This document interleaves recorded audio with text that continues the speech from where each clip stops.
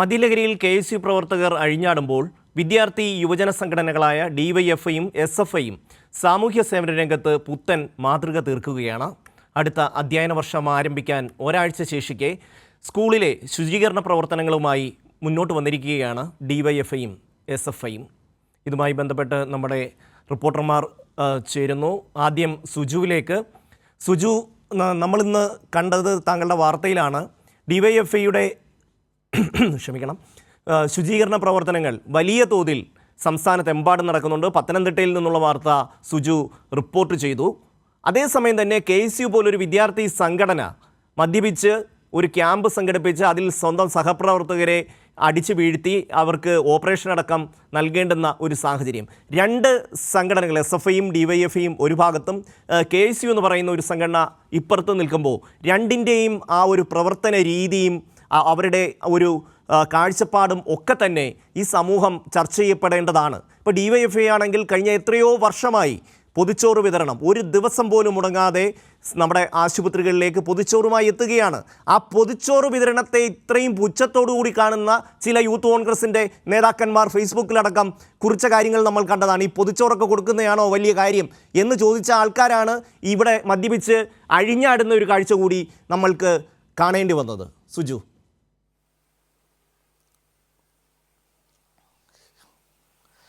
തീർച്ചയായിട്ടും ഷമീൽ, എപ്പോഴും ജനങ്ങളുടെ ഒപ്പം നിൽക്കുകയാണ് ഡിവൈഎഫ്ഐ, എസ്.എഫ്.ഐ, CIT പോലുള്ള പ്രസ്ഥാനങ്ങളെല്ലാം തന്നെ.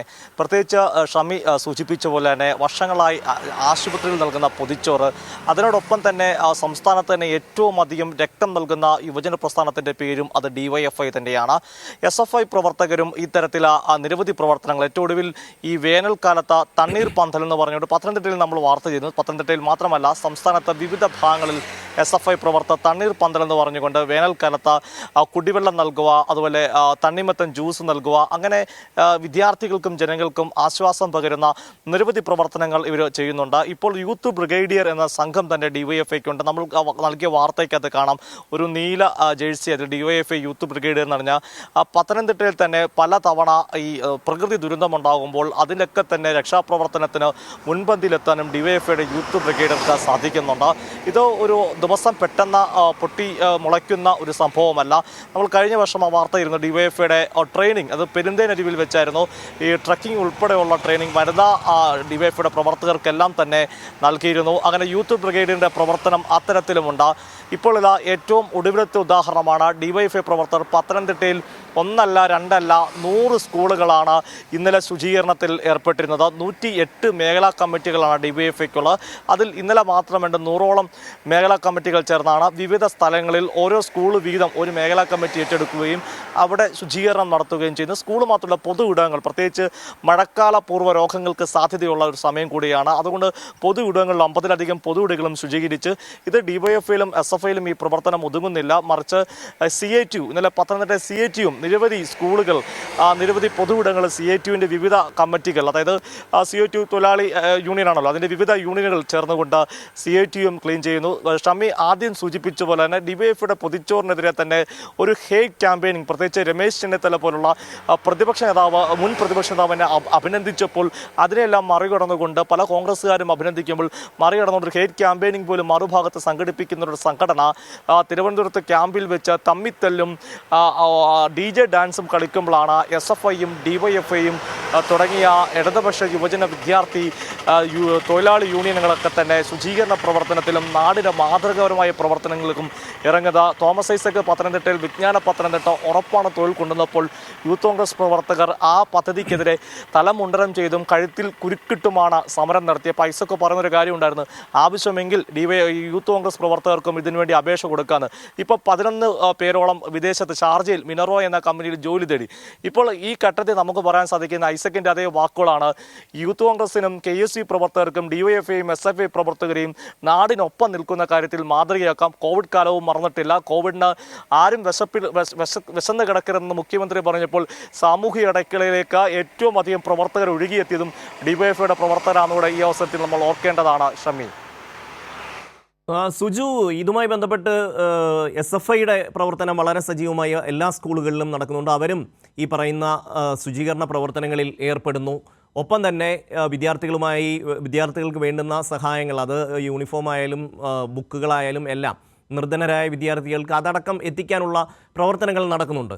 അങ്ങനെ ഉള്ള ഇന്ന് സുജു അടക്കം മാധ്യമങ്ങൾ, പത്രങ്ങൾ ശ്രദ്ധിച്ചാൽ മനസ്സിലാവും, ഈ KSUവിൻ്റെ വാർത്ത അകത്ത പേജിലൊരു ചിത്രം പോലും കൊടുക്കാതെ എത്രമാത്രം സംരക്ഷിക്കാനാണ് നമ്മുടെ മാധ്യമങ്ങൾ ശ്രമിക്കുന്നത് എന്നുള്ളതാണ്.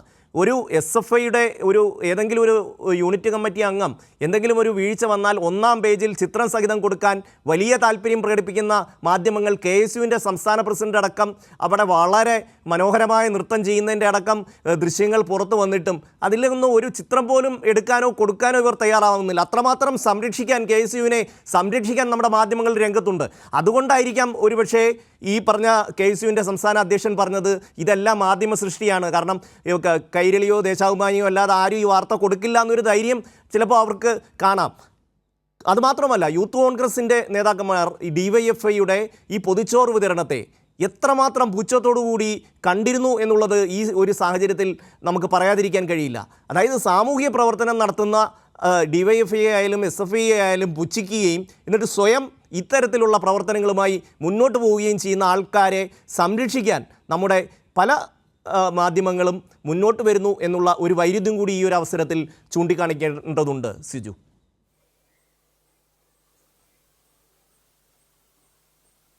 തീർച്ചയായും ഷമി, പ്രത്യേകിച്ച് നമ്മൾ SFIയുടെ സംസ്ഥാന ഭാരവായിരിക്കുന്ന PM അർഷോയുടെ കാര്യം, അർഷോയ്ക്കെതിരെ സംഘടനാ പ്രവർത്തനം നടത്തുമ്പോൾ സ്വാഭാവികമാണ് കേസ്. ഇപ്പോൾ തന്നെ ഈ ഗവർണർക്കെതിരായ കരിങ്കൊടി കാണിക്കുന്ന ആ വിഷയം ഉൾപ്പെടെ പല സമരങ്ങളുടെ പേരിലും അർഷോയുടെ പേരിലെടുക്കുന്ന ചാർജ് ചെയ്യുന്ന കേസുകളുടെ എണ്ണം കൂടിക്കൊണ്ടിരിക്കുകയാണ്. അർഷോയ്ക്കെതിരെ സംഘടനാപരമായി നടത്തിയ സമരങ്ങളുടെയും പ്രക്ഷോഭങ്ങളുടെ അടിസ്ഥാനത്തിൽ കേസ് വരുമ്പം അർഷോയെ ഏതാണ്ട് വലിയ കൊടും കുറ്റവാളിയായിട്ട് പലരും ചിത്രീകരിക്കുകയാണ്. എന്നാൽ ഷമി സൂചിപ്പിച്ച പോലെ KSU നടത്തിയ ഒരു ക്യാമ്പിൽ പരസ്പരം ഏറ്റുമുട്ടുകയും ആശുപത്രിയിൽ വരെ ചികിത്സ തേടേണ്ട സാഹചര്യം ഉണ്ടാകുന്നു. എന്നാൽ അതിനെയൊന്നും വലിയ വാർത്തയാക്കാത്ത സ്വാഭാവിക സംഭവമായി ചൂണ്ടിക്കാട്ടുമ്പോഴാണ് മറുഭാഗത്ത് ഏതെങ്കിലും ചെറിയ വീഴ്ചകൾ പോലും, പ്രത്യേകിച്ച് SFIയുമായി ബന്ധമില്ലാത്ത മുൻ SFI പ്രവർത്തകനാണെങ്കിൽ പോലും അവരുടെ പേരെടുത്ത് പറഞ്ഞുകൊണ്ട് അവരുടെയും SFIയുടെ ഇപ്പോൾ നിലവിലെ ഭാരവാഹികളുടെ ചിത്രങ്ങൾ ഉപയോഗിച്ചുകൊണ്ട് ഒരു വലിയ കൊടും കുറ്റവാളികളെ ചിത്രീകരിക്കുന്ന തരത്തിൽ ചില വാർത്തകൾ സംപ്രേഷണം ചെയ്യുക, അത് സോഷ്യൽ മീഡിയയിൽ എടുക്കുകയും ആഘോഷമാക്കുന്ന ആളുകളുണ്ട്. അത്തരം ആളുകൾ പലപ്പോഴും കണ്ണടയ്ക്കുന്നതാണ് നമ്മൾ ഇപ്പോൾ ഈ സംപ്രേഷണം ചെയ്യുന്നതും ചർച്ച ചെയ്യപ്പെടുന്ന അത്തരത്തിലെ പോസിറ്റീവായ വാർത്ത. പലപ്പോഴും ആളുകൾ സൂചിപ്പിക്കാറുണ്ട് കേരളത്തിൽ നെഗറ്റീവ് വാർത്തകളുടെ അതിപ്രസരത്തെപ്പറ്റി. അങ്ങനെ നെഗറ്റീവ് വാർത്തകളുടെ അതിപ്രസരത്തെപ്പറ്റി വിമർശിക്കുന്നവർ തന്നെയാണ് ഇത്തരം വാർത്തകൾക്ക് നേരെയും കണ്ണടയ്ക്കുന്നതെന്നും എന്നത് ഒരു അസ്വാഭാവികമായി നമുക്ക് കേരളത്തിൽ കാണാൻ സാധ്യമല്ല എന്ന് പറയുന്നത്. പ്രത്യേകിച്ച് ഷമി, ഞാൻ പറയാൻ വിട്ടുപോയാലും ഷമി അത് പൂരിപ്പിക്കുകയും ചെയ്തു. അത് പഠനോപകരണങ്ങളുടെ വിതരണം SFIയുടെയും DYFIയുടെയും നേതൃത്വത്തിൽ നടക്കുന്നത്. നമുക്കറിയാം, സ്കൂൾ തുറക്കുമ്പോഴത്തേക്ക് നിരവധി ചെലവുകളാണ് ഒരു വീട്ടിലുള്ളവർക്കുള്ളത്. സംസ്ഥാന സർക്കാർ പാഠപുസ്തകങ്ങൾ യൂണിഫോം പലതും പല സ്കൂളിലും സൗജന്യമായി നൽകുന്നു, PTA കമ്മിറ്റികൾ. അതിനോടൊപ്പം തന്നെ DYFIയോട് ഇവർക്ക് കൈത്താങ്ങായി ചേരുമ്പോൾ എത്രമാത്രം ആശ്വാസകരമാറിയോ ഓരോ കുടുംബത്തിനും ഉണ്ടാകുന്നതോ. പ്രത്യേകിച്ച് ഇത് പറയുമ്പോൾ സർക്കാരിനോട് ചേർത്ത് പറഞ്ഞിട്ടുണ്ട്. പ്രത്യേകിച്ച് ഈ കൺസ്യൂമർ ഫുഡിൻ്റെ സ്റ്റോളുകൾ വഴി, അതുപോലെ സപ്ലൈകോ, സഹകരണ സംഘത്തിൻ്റെ നിരവധി സൂപ്പർ മാർക്കറ്റുകളിലൊക്കെ ഈ പുസ്തകങ്ങളും നോട്ട്ബുക്കുകളും ബാഗുകളൊക്കെ വലിയ വിലക്കുറവിൽ വിൽക്കുന്നുണ്ട്. അങ്ങനെ ഒരു നാടിനാവശ്യമായ കാര്യങ്ങളിലേക്കാണ് ഇത്തരം പ്രവർത്തനങ്ങൾ ചെന്നു ചേരുന്നത്. ഇന്നലത്തെ ദൃശ്യങ്ങളിൽ കാണുമ്പോൾ അറിയാം, DYFI പ്രവർത്തകർ ആ ഒരു സ്കൂളിന് 2 മാസമായി കിടന്ന ഒരു സർക്കാർ സ്കൂളാണ്. ആ സ്കൂളിൻ്റെ ഫ്രണ്ടിൽ കാട് കയറിയിരിക്കുന്നു. അത് മുഴുവൻ വെട്ടി ക്ലീൻ ആക്കുന്നു. നമ്മൾ പുല്ലാട് സ്കൂളിലേക്ക് എത്തുമ്പോൾ കോയിപ്പുറം സ്കൂളിലേക്ക് എത്തുമ്പോഴത്തേക്കാണെങ്കിൽ ആ സ്കൂളിൻ്റെ അകം മുഴുവൻ DYFI പ്രവർത്തകർ ക്ലീൻ ചെയ്യുന്നു. അപ്പോൾ അവരോടൊക്കെ സംസാരിക്കുമ്പം അവർക്കും വലിയ സന്തോഷമാണ്. പ്രത്യേകിച്ച് അവരുടെ സന്തോഷത്തിൻ്റെ മറ്റൊരു കാരണം കൂടി അവർ ചൂണ്ടിക്കാട്ടുന്നുണ്ട്. ആ സ്കൂളിൽ പഠിച്ച വിദ്യാർത്ഥികൾ ഉൾപ്പെടെയാണ് ഈ ശുചീകരണ പ്രവർത്തനത്തിലുള്ള ആ ടീച്ചറിൻ്റെ വാക്കുകൾ, ടീച്ചറിൻ്റെ മുഖത്തുള്ളൊരു സന്തോഷമൊക്കെ നമുക്ക് കാണുമ്പം നമുക്കും സന്തോഷം. ടീച്ചർ പറയുന്നത് ആ ഒരു ബൈറ്റ് കാണുമ്പോൾ പറയും, നമ്മൾ മൈക്ക് നീട്ടുമ്പം ടീച്ചർ മൈക്ക് കയറി പിടിച്ച് ടീച്ചറങ്ങ് സംസാരിക്കുകയാണ്. കാരണം അവർക്ക് വലിയ സന്തോഷമാണ് തങ്ങളുടെ സ്കൂളിനെ ഉയർത്തിക്കൊണ്ടുവരാൻ വേണ്ടി ഒരു യുവജന സംഘടന, രാഷ്ട്രീയമൊന്നും അതിനകത്തില്ല, പകരം യുവജന സംഘടന കൃത്യമായിട്ട് ഇടപെടുന്ന ഒരു കാഴ്ച, അത് മനോഹരമായ ഒരു കാഴ്ചയാണ്. ഇത് പത്തനംതിട്ടയിൽ മാത്രമല്ല, DYFIയുടെ സംസ്ഥാന കമ്മിറ്റി ആഹ്വാനം ചെയ്ത പ്രകാരമാണ് ഇത്തരം ഒരു ഇതിലേക്ക് നീങ്ങുന്നത്. സംസ്ഥാന വ്യാപകമായി CITU ഇന്നലെ സംസ്ഥാന വ്യാപകമായി ചെയ്യുന്നു, SFI ചെയ്യുന്നു. ഞാൻ സൂചിപ്പിക്കുന്നതോളം ഇതൊക്കെയാണ് ഒരു യുവജന സംഘടനയിൽ നിന്ന് പ്രതീക്ഷിക്കുന്നത്. തീർച്ചയായിട്ടും സമരം ചെയ്യേണ്ട വിഷയങ്ങൾ DYFI ഇത് ചെയ്യുമ്പോൾ പലരും വിമർശിക്കുന്നുണ്ട്, നിങ്ങൾ സമരമൊക്കെ മറന്നുപോയോ എന്ന് SFIയോട്. അവർ സമരം ചെയ്യേണ്ട വിഷയങ്ങൾ കൃത്യമായി സമരം ചെയ്യുന്നുണ്ട്. പ്രത്യേകിച്ച് നമുക്കറിയാം, ഈ കേരളത്തിലെ സർവകലാശാലകളെ കാവ്യവൽക്കരിക്കുക എന്നൊരു ഘട്ടം വന്നപ്പോൾ അങ്ങനെ അത്തരം ഒരു ആക്ഷേപം ഉയർന്നപ്പോൾ തന്നെ അതിനെതിരെ സംസ്ഥാനത്ത് ഏറ്റവും ശക്തമായി സമരം ചെയ്ത പ്രസ്ഥാനത്തിന്റെ പേരും SFI എന്നാണെന്ന് ഓർക്കേണ്ടതായിട്ടുണ്ട്. പ്രത്യേകിച്ച് നമ്മൾ ആലോചിക്കേണ്ട കാര്യമുണ്ട്. ഈ കാവ്യവൽക്കരണത്തിനെതിരെയാണ് ഇന്ത്യ മുന്നണി അല്ലെങ്കിൽ സുജുവിലേക്ക് ഞാൻ വരാം. സുജുവിന്റെ പത്തനംതിട്ടയിൽ നിന്നുള്ള ഒരു യൂത്ത് കോൺഗ്രസ് നേതാവിനാണ് ഡിവൈഎഫ്ഐയുടെ പൊതിച്ചോറ് വിതരണത്തോട് ഏറ്റവും പുച്ഛം എന്നുകൂടി ഈ ഒരു അവസരത്തിൽ ഓർത്തുകൊണ്ട്